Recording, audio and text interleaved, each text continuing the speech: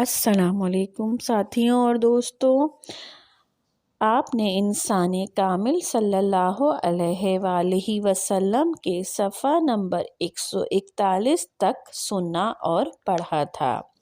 آج ہم اپنی اس ویڈیو میں صفحہ نمبر 142 سے شروع کریں گے دوبارہ سے۔ امید ہے کہ جیسے جیسے یہ کتاب آگے بڑھتی جائے گی آپ کو اس کتاب میں دلچسپی بھی بڑھتی جائے گی اور آپ اس کو جلد سے جلد پڑھنے کی کوشش کریں گے۔ سب اہل قریش خوش جواب کے منتظر تھے۔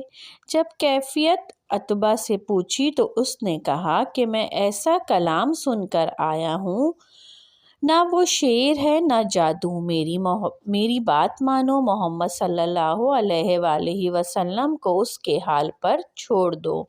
اگر وہ کامیاب ہو کر عرب پر غالب آ گیا تو تمہاری ہی عزت ہے، ورنہ عرب ان کو خود فنا کر دے گا۔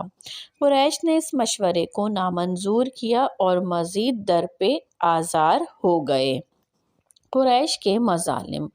قریش نے مختلف عبرتناک طریقوں سے مسلمانوں پر ستم ڈھانے شروع کر دیے۔ ایک دن کوئلے جلا کر زمین پر بچھا دیے۔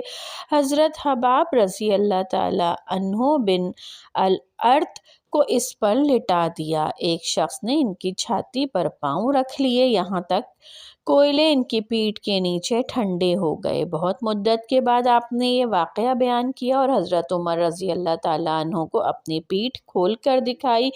پیٹھ برس کی طرح سفید ہو گئی تھی۔ حضرت بلال کے سینے پر پتھر کی چٹان رکھ دیتے، عرب کی تپتی ریت پر لٹا کر اوپر سل رکھ دیتے، ان سے کہا جاتا اسلام سے باز آ جاؤ، لیکن احد ان کی زبان سے نکلتا رہتا۔ پھر ان لڑکوں کے حوالے کر دیتے جو شہر کے ایک سرے سے دوسرے سرے تک گھسیٹتے پھرتے۔ صفوان ابن امیہ کا غلام مسلمان ہوا تو ان کے پاؤں میں رسی باندھ کر کئی آدمیوں نے گھسیٹا، پھر ان کا گلا گھونٹا اور ان کے اوپر بھاری پتھر رکھا جس سے ان کی زبان باہر نکل پڑی۔ حضرت سمیہ رضی اللہ تعالیٰ عنہا کو ابو جہل نے اسلام قبول کرنے کے جرم میں برچھی مار کر ہلاک کر دیا۔ حضرت یاسر رضی اللہ تعالیٰ عنہ حضرت عمار کے والد کافروں کے ہاتھوں اذیت برداشت کرتے کرتے شہید ہو گئے۔ حضرت زنیزہ کو کفار بہت مارتے تھے۔ نہدیہ رضی اللہ تعالیٰ عنہ اور ام عبیس رضی اللہ تعالیٰ عنہ کنیزیں تھیں، وہ بھی اسلام لانے کے جرم میں سخت مصیبتیں جھیلتی تھیں۔ بیینہ رضی اللہ تعالیٰ عنہ بے کس کو بہت مار پڑتی۔ سعید بن زید کو چچا زاد بھائیوں نے رسیوں سے جکڑ دیا۔ حضرت ابو ذر نے کعبہ میں جا کر مسلمان ہونے کا اعلان کیا تو قریش نے ان کو بہت مارا۔ زبیر بن العوام کو ان کے چچا نے لٹا کر ناک میں دھواں دیا۔ غرض جس قدر بھی مظالم، سفاکی، ستم اور جلادانہ سلوک قریش کر سکتے تھے انہوں نے کوئی دقیقہ نہ چھوڑا، لیکن اسلام کا نقش جس دل پر جما کوئی بھی اسے راہ خدا اور سچائی سے منکر نہ کر سکا۔ ہر ایک نے صراط مستقیم کی اس منزل کے آغاز کے بعد تادم زندگی ہر لمحہ ایثار و قربانی کے لیے زندگی کو وقف کر دیا۔ مکہ کے گرد و نواح میں ایک میلہ ہوتا تھا۔ اس میلے میں عرب کے تمام قبائل کے لوگ جمع ہوتے۔ خرید و فروخت کے علاوہ مختلف قسم کی محفلیں ہوتی۔ شعر و شاعری، داستان گوئی کے علاوہ فحش و بے حیائی کی باتیں بھی برملا بیان کی جاتی۔ شہ سواری، پہلوانی اور تیغ زنی کے مقابلے ہوتے۔ لوگ فخریہ اپنے معشوقوں کا تذکرہ کرتے یا خود اپنے سخت سے سخت ترین مظالم کا بیان کرتے اور واپسی پر طواف کعبہ کرتے۔ وہاں کبھی حضور نے جانا پسند نہیں فرمایا تھا، لیکن اب اللہ کا پیغام پہنچانا تھا، اس لیے ان راستوں پر جس سے لوگوں کا گزر ہوتا تھا آپ جا کر پیغام حق سناتے۔ آپ کہتے تھے کہ اللہ صرف ایک ہے، بتوں کی پوجا مت کرو۔ باوجود لوگوں کے طنز اور تمسخر اڑانے کے آپ نے ہر قبیلے میں اللہ کے دین کی تبلیغ کی۔ ابو جہل اور ابو لہب آپ کو بہت پریشان کرتے، لڑکوں سے گستاخیاں اور بدتمیزی کراتے، لڑکے دیوانہ دیوانہ، مجنوں اور پاگل کے نعرے لگاتے۔ لیکن حق و صداقت کو کوئی طوفان نہ روک سکا۔ مسلمانوں کی تعداد میں دن رات اضافہ ہوتا گیا، اس کے ساتھ قریش کے مظالم بھی بڑھتے گئے، مگر مسلمانوں کا صبر و استقامت مزید مستحکم ہوتا گیا۔ اسلام کے شہدائی جانثار ہر وقت طرح طرح کی تکلیف برداشت کرنے کو تیار تھے۔ اللہ نے ان کو صبر جمیل عطا کیا تھا۔ مکہ میں آزادی سے مسلمانوں کے لیے رہنا مشکل ہو گیا، ورنہ وہ نہ اپنے فرائض پورے کر سکتے تھے، نہ کوئی قرآن پڑھ سکتا تھا۔ عبداللہ بن مسعود نے حرم شریف میں آ کر سورہ رحمان پڑھنا شروع کی تو کفار نے ان کے منہ پر تماچے مار مار کر چہرہ زخمی کر دیا، مگر وہ پھر بھی پڑھتے رہے۔ ہجرت حبشہ، سورہ نحل کی آیت نمبر 41 میں اللہ تعالیٰ فرماتے ہیں، اور جنہوں نے گھر چھوڑا اور اللہ کے واسطے ظلم برداشت کرنے کے بعد ہم ان کو دنیا ہی میں اچھا ٹھکانہ دیں گے اور آخرت کا اجر تو بہت بڑا ہے، کاش وہ جانتے۔ مندرجہ بالا اشارہ ان مہاجرین کی طرف ہے جو کفار کے ناقابل برداشت ظلم سہ کر حبشہ کی جانب ہجرت کر گئے تھے۔ ملک حبشہ حجاز کے مغرب میں ہے۔ تجارتی تعلقات عرب اور حبشہ کے درمیان مدت سے تھے۔ یہاں کے لوگ عیسائی تھے۔ یہاں کے بادشاہ کو نجاشی کہتے تھے۔ حضور صلی اللہ علیہ وآلہ وسلم کے دور میں جو نجاشی تھا، اس کا نام ازہمہ تھا۔ یہ بادشاہ بہت نیک، شریف اور عادل تھا۔ رجب سن 5 نبوی میں حضور صلی اللہ علیہ وآلہ وسلم نے قریش کے مظالم اور ستم گری سے تنگ آ کر مسلمانوں کو اجازت دی کہ وہ اپنے جان و ایمان بچانے کے لیے حبشہ چلے جائیں۔ 12 مرد اور 4 عورتوں پر مشتمل یہ قافلہ رات کے وقت جدہ سے بذریعہ جہاز حبشہ روانہ ہو گئے۔ حبشہ والوں نے ان کو خوش آمدید کہا۔ اس مختصر قافلے میں حضرت عثمان رضی اللہ تعالیٰ عنہ اور حضرت رقیہ رضی اللہ تعالیٰ عنہا بھی تھے۔ دوسری مرتبہ 43 مرد اور 18 خواتین کو حبشہ روانہ کیا گیا۔ ان میں جعفر طیار، حضور کے امزاد بھائی، حضرت علی کے بڑے بھائی بھی شامل تھے۔ اہل مکہ کو جب معلوم ہوا کہ دوسرا قافلہ بھی نکل گیا تو انہوں نے تعقب کیا، مگر وہ وہاں سے پہلے ہی روانہ ہو چکے تھے۔ قریش کو جب یہ معلوم ہوا کہ مسلمان حبشہ میں امن، چین اور سکون کی زندگی گزار رہے ہیں تو ان کو بہت دکھ پہنچا۔ انہوں نے ایک وفد عبداللہ بن ابی ربیعہ اور عمر بن العاص پر مشتمل نجاشی کے دربار میں بما قیمتی تحائف بھیجا۔ اس وفد نے پہلے پادریوں سے مل کر ان کو اپنا ہم خیال بنایا۔ ایک دن وفد دربار میں حاضر ہوا اور نجاشی کی خدمت میں عرض و گزارش کی کہ ہمارے کچھ لوگوں نے آپ کے ملک میں پناہ لی ہے۔ یہ کچھ عجیب و غریب عقائد رکھتے ہیں۔ انہوں نے اپنے اعمال و افعال بھی ہم سے مختلف کر لیے ہیں اور یہ دوسرے لوگوں کے ایمان و عقائد بھی بدل دیتے ہیں۔ آپ ان کو ہمارے سپرد کر دیجئے، ہم ان کو واپس لے جا کر راہ راست پر لانے کی کوشش کریں گے، کیونکہ انہوں نے باپ دادا کا مذہب چھوڑ کر نیا دین اختیار کر لیا ہے۔ نجاشی بہت نیک سیرت انسان تھا۔ اس نے مسلمان مہاجرین کو دربار میں بلایا اور ان سے پوچھا کہ کیا بات ہے۔ حضرت جعفر رضی اللہ تعالیٰ عنہ نے دربار میں کہا، اے بادشاہ حبشہ، ہم سخت گمراہ تھے۔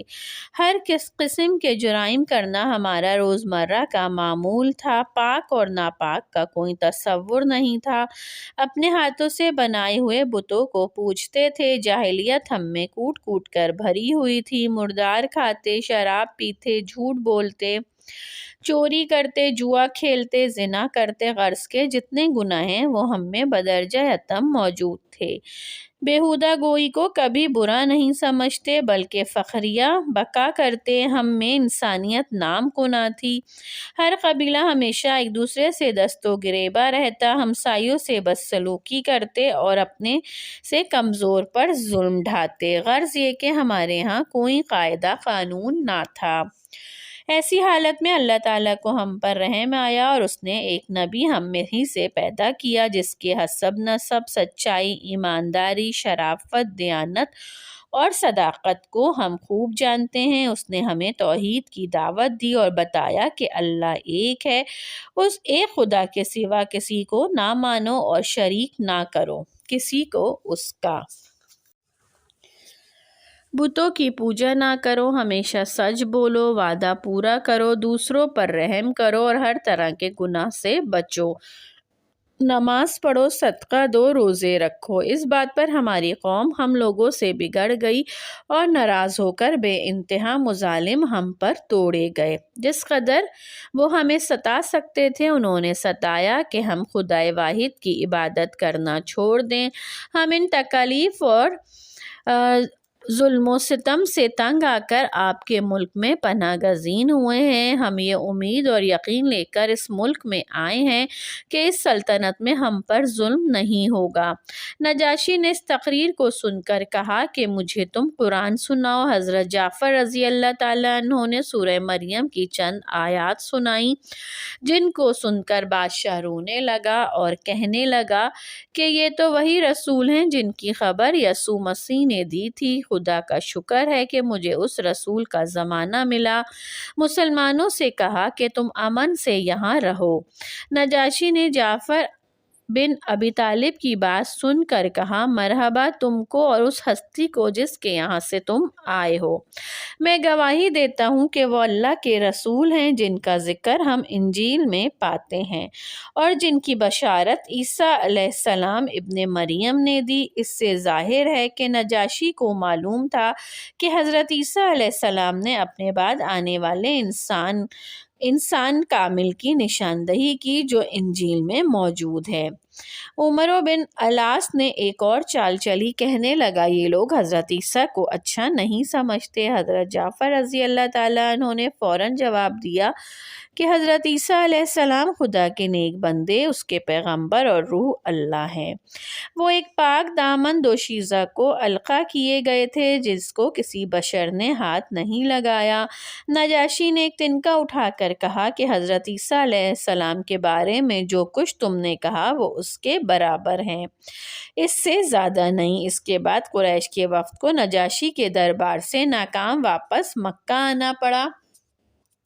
اسی عرصے میں نجاشی کے ملک پر کسی دشمن نے حملہ کیا۔ نجاشی اس مقابلے کے لیے خود نکلا۔ صحابہ نے باہم مشورہ کیا کہ اگر ضرورت پڑے تو ہمیں اس کی مدد کرنا چاہیے۔ ہم میں سے ایک شخص میدان جنگ جائے اور خبر بھیجتا رہے، اگر ضرورت ہو تو مدد کی جائے۔ حضرت زبیر اس وقت بہت کم عمر اور کم سن تھے، لیکن انہوں نے یہ ذمہ داری بخوشی قبول کی۔ انہوں نے مشک کے سہارے تیر کر دریائے نیل کو پار کیا اور میدان جنگ میں پہنچے۔ سب لوگ نجاشی کی فتح کی دعائیں مانگ رہے تھے۔ اللہ نے نجاشی کو فتح عطا کی۔ جو مسلمان ہجرت کر کے حبشہ گئے تھے وہاں ان کے چند دن تو آرام سے گزرے، پھر کفار نے ایک اور چال چلی اور یہ افواہ اڑائی کہ سب کفار نے اسلام قبول کر لیا۔ یہ خبر جب حبشہ پہنچی تو مسلمانوں نے مکہ کا رخ کیا، لیکن جا کر معلوم ہوا کہ خبر تو غلط تھی۔ کچھ لوگ تو واپس چلے گئے، کچھ چھپتے چھپاتے مکہ پہنچے۔ جو لوگ واپس آئے ان کو کفار نے اور زیادہ شدید اذیتیں دینا شروع کر دیں۔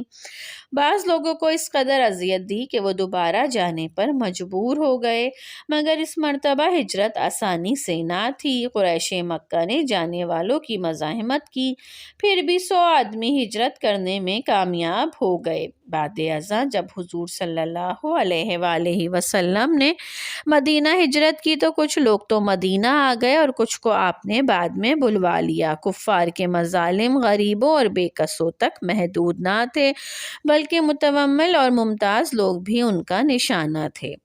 قریش کے ظلم و ستم کے باوجود اسلام کا دائرہ وسیع ہوتا گیا۔ حضرت حمزہ کا قبول اسلام سن 690۔ حضرت حمزہ رضی اللہ تعالیٰ عنہ حضور صلی اللہ علیہ وآلہ وسلم کے چچا تھے۔ 2 سال آپ سے بڑے تھے، ساتھ کھیلے، ساتھ بڑھے پلے تھے، دونوں نے صوبیہ کا دودھ پیا تھا، اس لیے رضاعی بھائی بھی تھے۔ حضرت حمزہ رضی اللہ تعالیٰ عنہ کو شہ سواری اور شکار کا بہت شوق تھا۔ صبح سویرے تیر کمان لے کر نکل جاتے، پھر آ کر حرم شریف کا طواف کرتے۔ ایک دن ابو جہل نے حرم میں رسول اکرم صلی اللہ علیہ وآلہ وسلم سے بہت گستاخی کی، بدزبانی کی، گالیاں دیں اور ایک پتھر اٹھا کر سر پر دے مارا۔ ایک کنیز یہ سب ماجرا دیکھ رہی تھی۔ جب حضرت حمزہ رضی اللہ تعالیٰ عنہ شکار سے گھر واپس آئے تو کہنے لگی کہ آپ اتنے شہزور اور شہسوار بنتے ہیں، معلوم ہے آج آپ کے بھتیجے کے ساتھ ابو جہل نے کیا کیا، اور پھر سارا ماجرا سنایا۔ حضرت حمزہ رضی اللہ تعالیٰ عنہ جوش محبت سے بےتاب ہو گئے، ابو جہل کے پاس گئے، اس کے سر پر اپنی کمان دے ماری اور کہا، آج تم نے محمد صلی اللہ علیہ وآلہ وسلم کو گالیاں دی ہیں، اگر ہمت ہے تو آؤ مجھ سے لڑو۔ پھر حضرت محمد صلی اللہ علیہ وآلہ وسلم کی خدمت میں پہنچے اور کہا کہ بھتیجے تم خوش ہو جاؤ، میں نے ابو جہل سے بدلہ لے لیا۔ آپ صلی اللہ علیہ وآلہ وسلم نے فرمایا کہ میں ایسی باتوں سے خوش نہیں ہوتا، ہاں اگر تم مسلمان ہو تو جاؤ مجھے اگر تم مسلمان ہو جاؤ تو مجھے بہت خوشی ہوگی۔ حضرت حمزہ رضی اللہ تعالیٰ عنہ اسی وقت مسلمان ہو گئے اور تمام عمر اسلام کی خدمت کرتے رہے۔ حضرت عمر رضی اللہ تعالیٰ عنہ کا قبول اسلام سن 690۔ حضرت عمر رضی اللہ تعالیٰ عنہ کا شمار عرب کے جنگجو، بہادر اور طاقتور پہلوانوں میں ہوتا تھا۔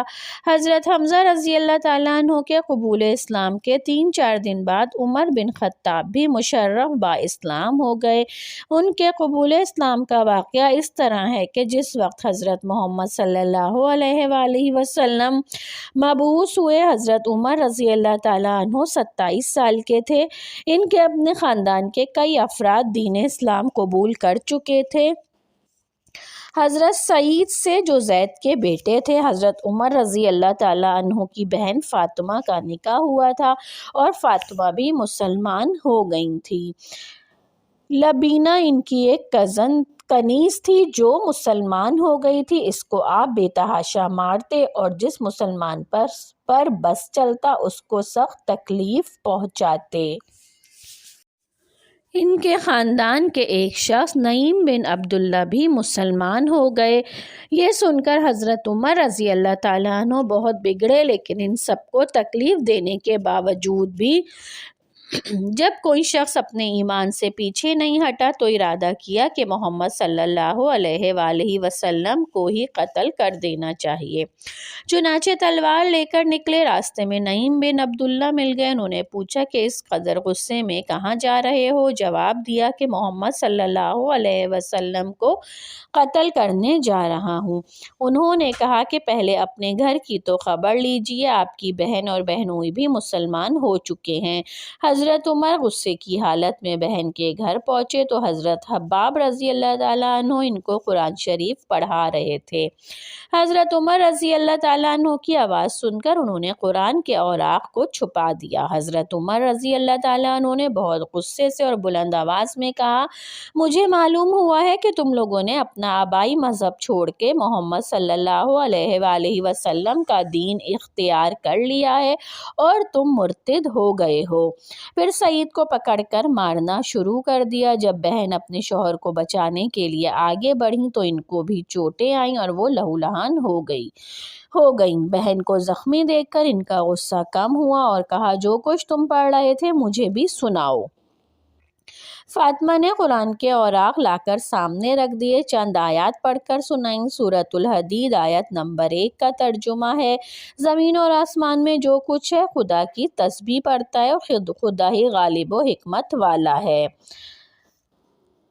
سورۃ الحدید آیت نمبر 7 کا ترجمہ ہے، خدا پر اور اس کے رسول پر ایمان لے آؤ۔ تو حضرت عمر رضی اللہ تعالیٰ عنہ بے اختیار پکار اٹھے، میں گواہی دیتا ہوں کہ اللہ کے سوا کوئی معبود نہیں، وہ اکیلا ہے اور اس کا کوئی شریک نہیں، اور میں گواہی دیتا ہوں کہ حضرت محمد صلی اللہ علیہ وآلہ وسلم اس کے بندے اور رسول ہے۔ یہ وہ زمانہ تھا جب حضور کوہ صفا کے دامن میں حضرت ارقم رضی اللہ تعالیٰ عنہ کے گھر میں پناہ لیے ہوئے تھے۔ ان کے گھر گئے، دروازہ کھٹکھٹایا، لوگوں نے تلوار ہاتھ میں دیکھ کر پریشانی کا اظہار کیا۔